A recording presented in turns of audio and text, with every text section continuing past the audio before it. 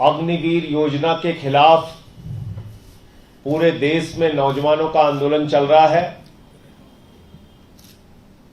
उनका गुस्सा, उनका आक्रोश पूरे देश में देखने को मिल रहा है।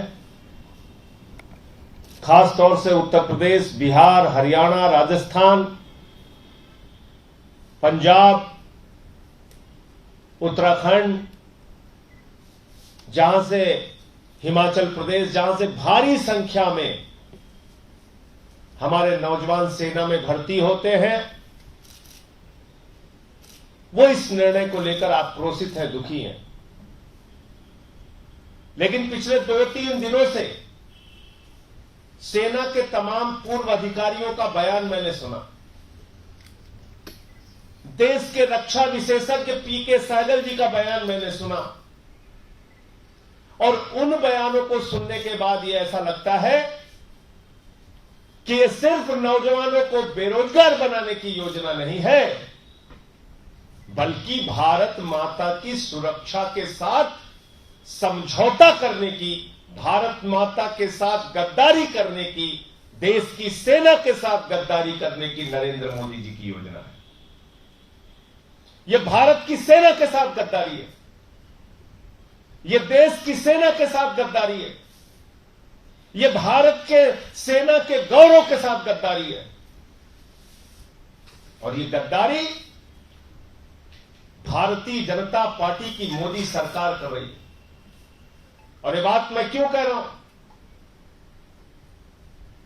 रक्षा विशेषज्ञ पीके सहगल जी का बयान मैंने सुना, कई और सेना के पूर्व अधिकारियों का बयान सुना जो बड़े बड़े पदों पर रहे। वो क्या कह रहे हैं? वो कह रहे हैं किसी बड़े ऑपरेशन के लिए हमें 6-7 साल, 8 साल सेना में अपनी परिश्रम के साथ सेवाएं देने वाले मजबूत जवान की जरूरत होती है। किसी बड़े ऑपरेशन में न्यूनतम 5 साल तक सेना में अपनी सेवा दे चुके जवान को लगाया जाता है। नए रिक्रूटमेंट जो होते हैं, नए जवान जो होते हैं, उनको पीछे रखा जाता है। जो जवान, ट्रेन जवान होते हैं, प्रशिक्षित होते हैं, उनको आगे रखा जाता है। और बड़े ऑपरेशन में 5 साल, और विदेशों में भी अगर कोई शांति सेना भेजनी है तो 5 साल तक जो सेना में सेवाएं दे चुके होते हैं उनको रखा जाता है। 1 साल की ट्रेनिंग दी जाती है जवानों को, 1 साल की ट्रेनिंग। कोई जवान अगर आज सेना में भर्ती होता है तो उसको नियम है 1 साल की ट्रेनिंग देने का। नरेंद्र मोदी जी क्या कर रहे हैं? उस प्रशिक्षण को घटा के 6 महीने कर दिया। यानी एक जवान जो सेना में 1 साल की परिश्रम के साथ, ट्रेनिंग के साथ, कठिन परिश्रम के साथ दुश्मन देशों से लड़ने के लिए तैयार किया जाता है, आपने कहा हम उसको 6 महीने में ही तैयार कर देंगे। मोदी जी, दुश्मन देशों के साथ क्या यह भारत की सुरक्षा का समझौता नहीं है? क्या यह भारत की सुरक्षा के साथ खिलवाड़ नहीं है? अगर दुश्मन देश हमारे ऊपर आक्रमण करता है तो हमें प्रशिक्षित सेना के मजबूत जवान चाहिए, या 6 महीने की यह आपकी टेम्परेरी योजना जो प्राइवेट कंपनियों के लिए लाई गई है, ऐसे जवान चाहिए? इसका जवाब दीजिए। देश आपसे जवाब चाहता है। भारत माता की सुरक्षा के साथ आपने समझौता क्यों किया? किन कारणों से किया? आप पैसे की दलील देते हैं। भारत माता की रक्षा के लिए पैसे की दलील दी जाएगी। पैसे का अभाव हो गया आपको। देश के जवानों के लिए पैसे का अभाव, भारत की सेना के लिए पैसे का अभाव, भारत के सूरवीरों के लिए आर्थिक संकट। लेकिन अपने मेहुल भाई के लिए आर्थिक संकट नहीं है, नीरव मोदी के लिए आर्थिक संकट नहीं है, ललित मोदी के लिए आर्थिक संकट नहीं, नितिन संदेशरा के लिए आर्थिक संकट नहीं, विजय माल्या के लिए आर्थिक संकट नहीं। जोड़िए, मैं कह रहा हूं आपसे, अगर 46,000 नौजवान सेना में भर्ती हो रहे हैं हर साल, उनको 30,000 रुपए की तनख्वाह आप देते हैं, 138 करोड़ रुपए का भार आपके ऊपर आएगा। मैं कह रहा हूं थोड़ा और बढ़ा लीजिए, 150 करोड़ रुपए का भार आपके ऊपर आएगा हर साल। और अगर आपने 20 साल तक ये योजना, ये उनको तनख्वाह देते रहे, आप 20 साल तक तनख्वाह देते रहे, तो 30,000 करोड़ रुपए का भार आपके ऊपर आएगा। 40,000 करोड़ रुपए और थोड़ा तनख्वाह बढ़ा लीजिए, तभी 40,000 करोड़ का भार आपके ऊपर आएगा। हर साल 55,000 सैनिक रिटायर होते हैं, 46,000 आप रखने जा रहे हैं, उसमें भी तो करीब करीब 9,000 सैनिक आपके हर साल कम हो रहे हैं भर्तियों में। आपके ऊपर अतिरिक्त भार कहां पड़ रहा है? 55,000 रिटायर हो रहे हैं, 46,000 आप रख रहे हैं, और 46,000 को अगर आप 30,000 रुपए तनख्वाह देते हैं तो 138 करोड़ रुपए, थोड़ा और बढ़ा देते हैं 150 करोड़ रुपए कर लीजिए, 160 करोड़ रुपए कर दीजिए। 20 साल तक अगर इनको आप तनख्वाह देंगे तब भी 32,000 करोड़ हुआ। और 32,000 करोड़ रुपए मोदी जी, मैं आपको बता रहा हूं, मेहुल चौकसी, नीरव मोदी 20,000 करोड़ लूट के भाग गया, विजय माल्या 10,000 करोड़ रुपए लूट के भाग गया, नितिन संदेशरा 6,000 करोड़ रुपए लूट के भाग गया, 2,800 करोड़ रुपए ललित मोदी लूट के भाग गया।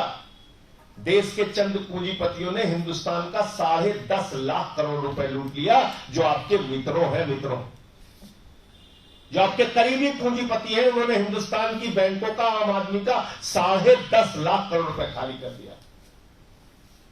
तो भारत माता की सुरक्षा के साथ आप गद्दारी करेंगे, भारत की सेना के साथ आप गद्दारी करेंगे, भारत की सुरक्षा के साथ आप गद्दारी करेंगे, दुश्मन देशों के साथ लड़ाई में आप अप्रशिक्षित सेना के जवानों को भेजने का काम करेंगे।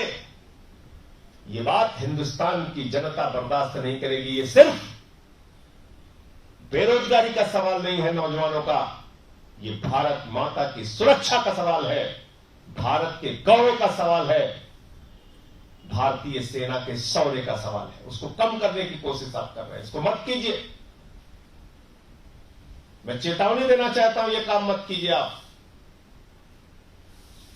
पैसे का संकट, आर्थिक संकट, अडानी के लिए आर्थिक संकट नहीं, नीरव मोदी और जिसको आप अपना मेहुल भाई बताते हैं, उस मेहुल भाई के लिए आर्थिक संकट नहीं, सेना के लिए आर्थिक संकट, भारत की सुरक्षा के लिए आर्थिक संकट, राफेल के रक्षा सौदे में दलाली खाने में आर्थिक संकट नहीं, उसमें अनिल अंबानी के साथ मिलकर दलाली खाएंगे आप। लेकिन देश की सीमा की सुरक्षा के लिए आर्थिक संकट का बहाना लिया जा रहा। क्या कहा हमारे रक्षा मंत्री जी ने? अग्निवीर योजना का मकसद भारतीय सेना को सर्वश्रेष्ठ सेना बनाना है। अरे भाई, भारत की सेना सर्वश्रेष्ठ सेना है, और अग्निवीर योजना से उस सर्वश्रेष्ठ सेना को आप एक साधारण सेना बनाने की कोशिश कर रहे हैं। और ये बात मैं इसलिए कह रहा हूं मोदी जी, एक जवान जब देश के लिए लड़ता है, उसके मन में शहादत का जो जज्बा होता है, तो ये सोचकर शहीद होता है कि उसके गांव में उसके नाम पर एक गेट बनेगा जिस पे शहीद का नाम लिखा होगा।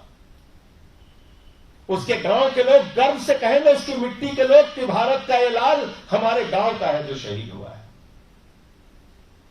उसके मां बाप का सीना फख्र से चौड़ा हो जाएगा। इसलिए वो सेना में अपनी शहादत देने जाता है। दुश्मन देश से लड़ता है तो ये सोच के लड़ता है कि अगर विजय हासिल हुई तो हमारी छाती पर अशोक चक्र का मेडल लगेगा, परमवीर चक्र का मेडल लगेगा। ये सोच के लड़ता है, ये सोच के लड़ता है कि जीवन भर की सुरक्षा है, पेंशन की, परिवार की, मेडिकल की। आपने सब खत्म कर दिया।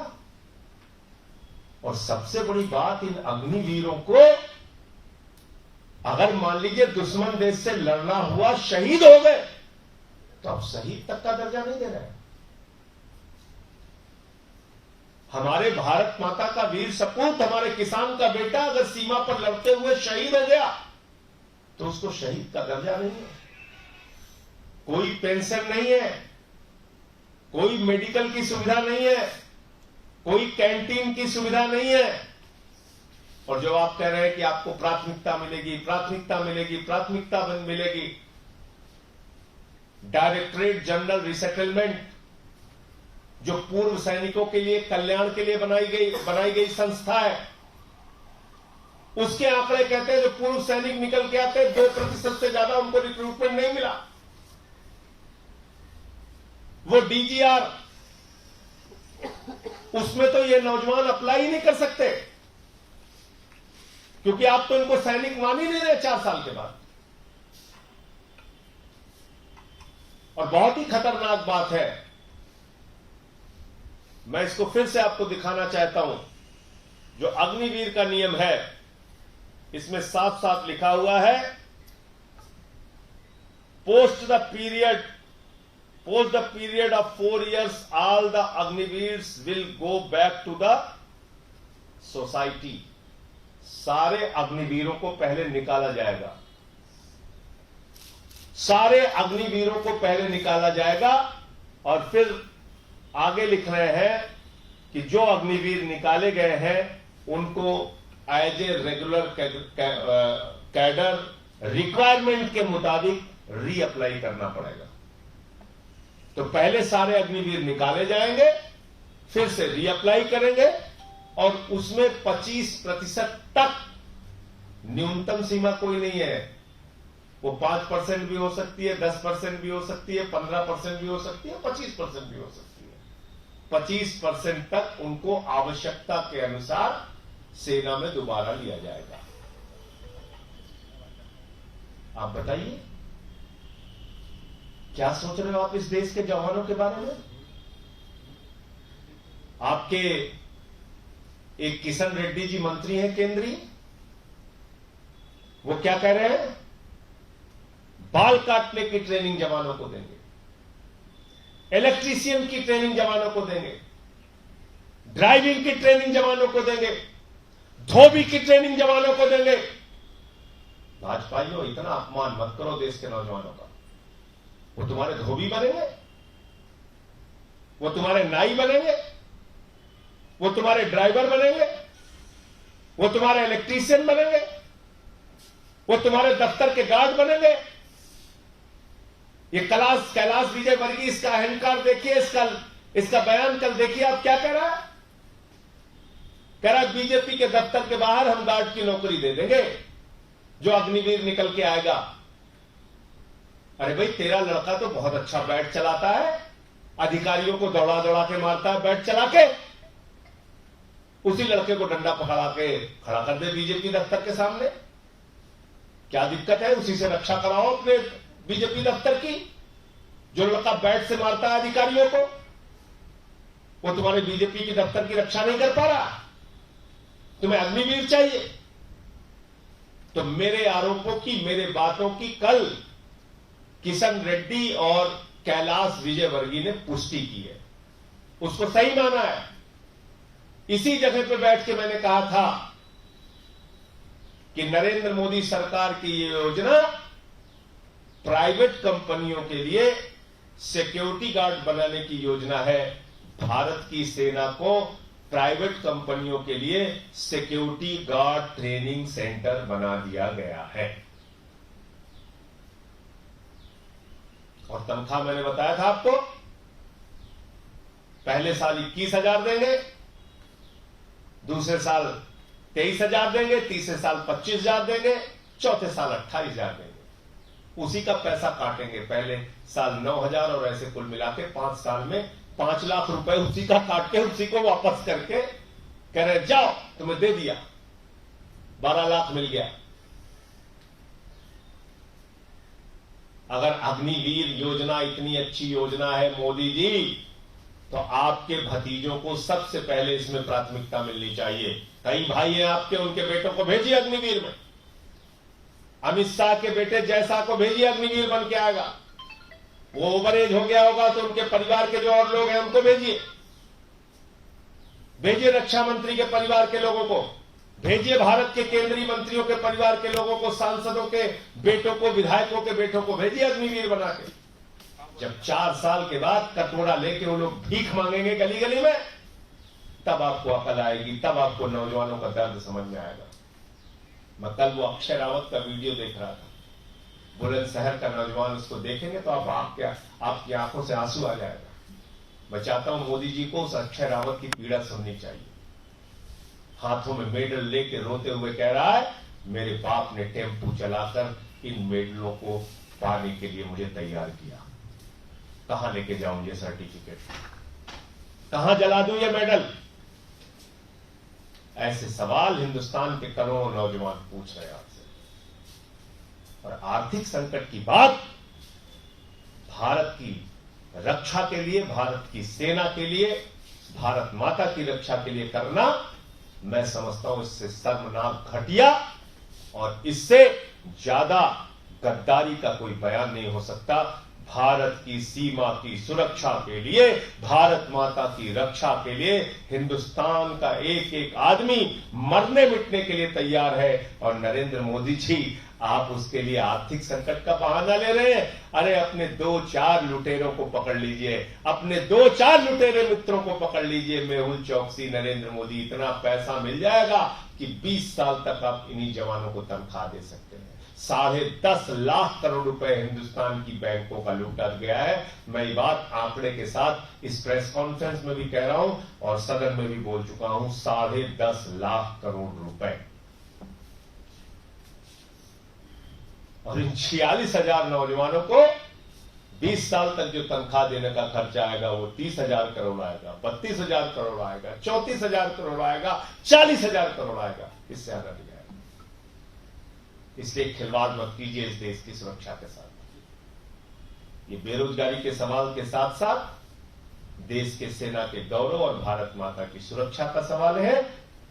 और मोदी जी की सरकार और भारतीय जनता पार्टी ने भारत माता के साथ गद्दारी करने का काम किया है। इस गद्दारी को हिंदुस्तान की जनता माफ नहीं करेगी। मैंने ये कहा है कि जैसे ही सड़क पे तो आंदोलन पार्टी का चल ही रहा है, जैसे ही सदन शुरू होगा, सदन के अंदर भी इस मामले को मजबूती से हम उठाएंगे और ये योजना वापस होनी ही चाहिए, करनी पड़ेगी। इससे कम में कोई बात नहीं। देश के नौजवानों के साथ आप धोखेबाजी मत कीजिए। आपको ये योजना तत्काल वापस कर लेनी चाहिए। आज विपक्ष के लोगों से कहा जाता है शांति की अपील, हम लोग तो कर रहे हैं, चिल्ला चिल्ला कर शांति की अपील कर रहे हैं, नौजवानों से हाथ जोड़ के प्रार्थना कर रहे हैं, हिंसा मत कीजिए, अपने ही लोगों का नुकसान मत कीजिए, अपनी ही संपत्तियों को मत जलाइए। कहां छुपे हैं देश के प्रधानमंत्री? किस गुफा में बैठे हुए हैं? क्या वो सामने आके नौजवानों से अपील नहीं कर सकते? क्या वो नहीं कह सकते कि हम भारत माता की सुरक्षा के साथ कोई समझौता नहीं करेंगे? पाकिस्तान और चीन दुश्मन देश हमारे ऊपर अगर हमला करेंगे तो हमें ट्रेन जवान की जरूरत है, इसलिए हम इस अग्निवीर योजना को वापस लेते हैं। क्या एक शब्द हमारे देश के प्रधानमंत्री नहीं कह सकते? नौजवानों के गुस्सों के साथ खिलवाड़ मत कीजिए मोदी जी। जैसे इन्होंने आपको अपने कंधे पर बिठा के सत्ता के शिखर पर पहुंचाया है, वैसे ही आपकी सरकार को अपने वोट की ताकत से, अपनी मेहनत से ये लोग जमींदोज करने का भी काम करेंगे। मैं इतनी बात कहना चाहता हूं। ऐसे ही बंदर घुड़की ये लोग किसान बिल के समय भी देते थे। रोज कहते थे ये खालिस्तानी है, ये पाकिस्तानी है, ये देशद्रोही है, ये किसान आंदोलन तो विपक्ष का आंदोलन है, हम इसको वापस नहीं लेंगे। क्योंकि पूंजीपति मित्रों का दबाव था, जो लोग इनकी पार्टी को चंदा देते हैं उनका दबाव था। लेकिन जब किसानों ने अपना आंदोलन 1 साल तक सड़कों पर चलाया और इनकी जमानतें जब्त होना शुरू हुई कुछ बाई इलेक्शन में, तो इन्होंने आनन फानन में वो कानून वापस ले लिया। तो इस गलतफहमी में न नरेंद्र मोदी जी को रहना चाहिए, न उनकी पार्टी को रहना चाहिए कि आप जबरदस्ती भारत की सुरक्षा के साथ खिलवाड़ करेंगे और पूरा देश ऐसे ही खामोश होकर देखता रहेगा। इनको तो ये वापस लेना ही पड़ेगा। निश्चित रूप से ये देश का मुद्दा होगा। चुनाव में कितना मुद्दा होगा वो मैं नहीं जानता, लेकिन भारत की सुरक्षा को लेकर बड़ा मुद्दा होगा, ये मैं जरूर कह सकता हूं। आज पाकिस्तान, चाइना अगर हमारे जवानों से लड़ने के लिए आता है तो उसको खतरा होता है। कारगिल में हमारे जवानों ने कितनी दुश्वारियों का सामना करके पाकिस्तान की सेना से लड़ाई लड़ी और उनको लताड़ने का, उनको जमींदोज करने का काम किया, क्योंकि हमारे पास एक वेल ट्रेन्ड, प्रशिक्षित फोर्स है। आप कह रहे हो उस फोर्स को हम 6 महीने की ट्रेनिंग देके अलविदा कह देंगे? कमांडो अशोक जी हैं हमारे साथ, मैं भी, वो खुद कारगिल में रहे हैं। आज जी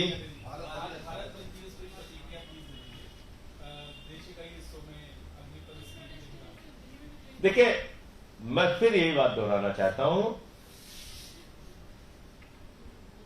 कि ये योजना बेरोजगारी के साथ साथ भारत माता की सुरक्षा के साथ गद्दारी है, मैं तो ये कह रहा हूं। और इसलिए मैं नौजवानों से यह अपील करना चाहता हूं कि आप अपने आंदोलन को लंबा आंदोलन चलाने की योजना बनाइए, जिससे कि सरकार के ऊपर दबाव हो, लेकिन हिंसा के रास्ते से वो आंदोलन लंबा नहीं चल सकता। हिंसा के रास्ते से आंदोलन लंबा नहीं चलेगा। तो इसलिए ज्यादा जरूरत इस बात की है कि सरकार को या बीजेपी को प्रोपेगेंडा करने का आपके खिलाफ मौका न मिले। जैसे आपने इतने कठिन परिश्रम से अपनी तैयारियां की है, आप इस योजना को वापस कराने के लिए अपना जो भी लोकतांत्रिक और संविधान के दायरे में रह के आंदोलन करने का जो अधिकार है उसका इस्तेमाल कीजिए, और हम सब लोग आपके साथ हैं। सर, अभी जैसे कि हमने कुछ जवानों से बात की, कुछ दिल्ली में ड्यूटी कर रहे हैं, कहीं उनका मनोबल भी गिर रहा है। देखिए, मोटिवेशन खत्म हो जाता है। एक आदमी दुश्मन देश की सेना से लड़ने के लिए जाता है तो वो अपने पराक्रम को दिखाता है, कहता है, हमें उसके मन में ये जज्बा होता है कि हमारे छाती पर परमवीर चक्र का मेडल लगे, अशोक चक्र का मेडल लगे, ये जज्बा होता है।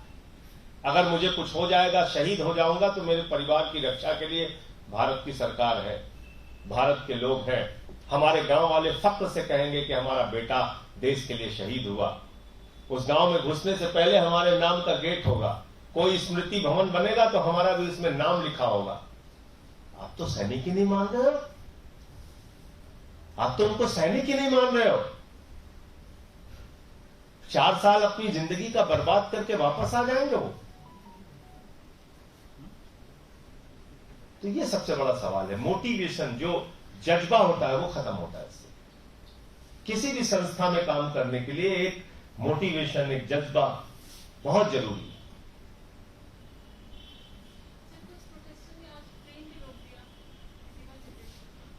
देखिए, मैं उस बात को पहले भी कह चुका, फिर दोहरा रहा हूं, और प्रधानमंत्री को गुफा से बाहर आना चाहिए। किस गुफा में छुपे हुए हैं वो, और ये जो बोतल उठा के ड्रामा करते हैं, ये सब बंद करके थोड़ा संजीदगी से सोचिए। ये कानून वापस लेके नौजवानों से शांति की अपील कीजिए। इन्हीं नौजवानों ने आपको सत्ता के शिखर पर बैठाया है। ये भारत के दुश्मन नहीं है, ये भारत मां के लाल है। इनसे बातचीत कीजिए। आप वहां ड्रामा कर रहे हैं, टनल में घुस के बोतल उठा रहे हैं, ये सब ड्रामों से आपके तंग आ चुका है देश। एक तो 24 घंटे आप खाली सोते समय को छोड़ के बाकी 24 घंटे आपको कैमरा चाहिए। सिर्फ सोते समय कैमरा नहीं लगाते मोदी जी, वरना 24 घंटे और दैनिक दिनचर्या के वक्त भी कैमरा नहीं लगता, बाकी हमेशा कैमरा। बताइए, प्रधानमंत्री का कार्यक्रम है, वहां 2 बोतल रख दिया, उसको झुक के उठा रहे हैं, चल रहा है कि बहुत बड़े स्वच्छता के मसीहा बन गए हैं। अरे पहले जो देश चल रहा है उसके बारे में देखिए। ब्राजील के फुटबॉलर पे ट्वीट करने की चिंता आपको हो जाती है, इनकी भी चिंता कर लीजिए। आप ही के नौजवान हैं, मारे जा रहे हैं और देश जल रहा है इस वक्त। नमस्कार, मैं हूं मानक गुप्ता। अगर आपको हमारा ये वीडियो पसंद आया हो तो इसे लाइक और शेयर जरूर करें, और हां, हमें सब्सक्राइब और फॉलो करना ना भूलें ताकि आप देश और दुनिया की कोई खबर मिस ना करें। तो जुड़े रहिए हमारे साथ और देखते रहिए न्यूज़ 24।